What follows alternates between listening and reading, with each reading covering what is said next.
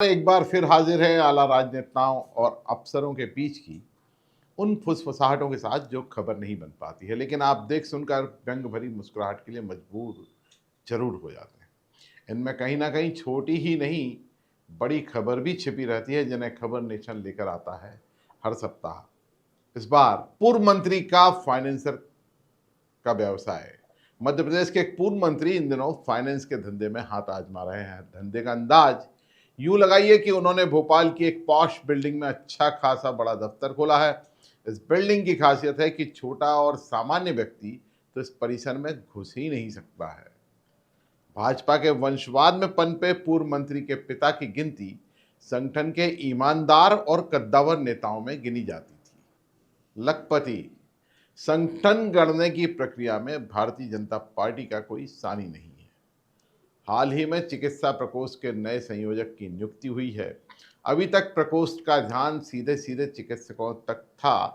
पहली बार चिकित्सा सेवा से जुड़े विभिन्न सेवाओं में कार्यरत प्रमुख लोगों को प्रकोष्ठ से जोड़ने की योजना पर काम किया जा रहा है। योजना का लक्ष्य प्रकोष्ठ की सदस्यता को लखपति बनाने की है। भाजपा में चरित्र हनन।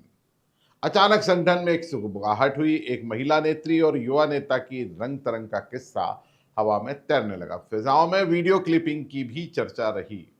बड़े नेताओं के कानों तक बात पहुंचाई गई। मामला अचानक ठंडे बस्ते में डाल दिया गया।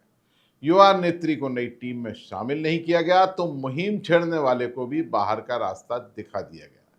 मामला कितना सही है या कितना गलत, मुहिम चलाने वाला जाने या फिर फैसला लेने वाले बड़े नेता। 12 की सूची।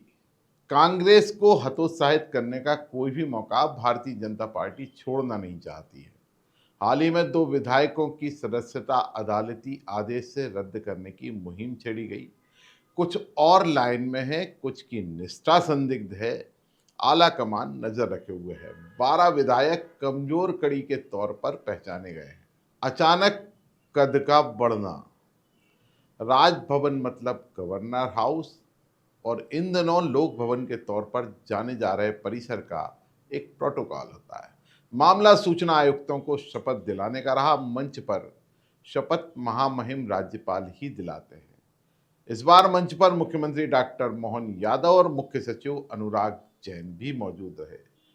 प्रोटोकॉल के अनुसार मुख्य सचिव सहित प्रमुख अफसरों की बैठक व्यवस्था मंच के सामने रहती है। इस बार बदल दी गई। सूत्रों के अनुसार अंतिम समय में बदलाव हुआ। मुख्यमंत्री और मुख्य सचिव दिल्ली के ताकतवर नेता की पसंद माने जाते हैं, सो राजभवन में बैलेंस दिखाने की कोशिश की गई।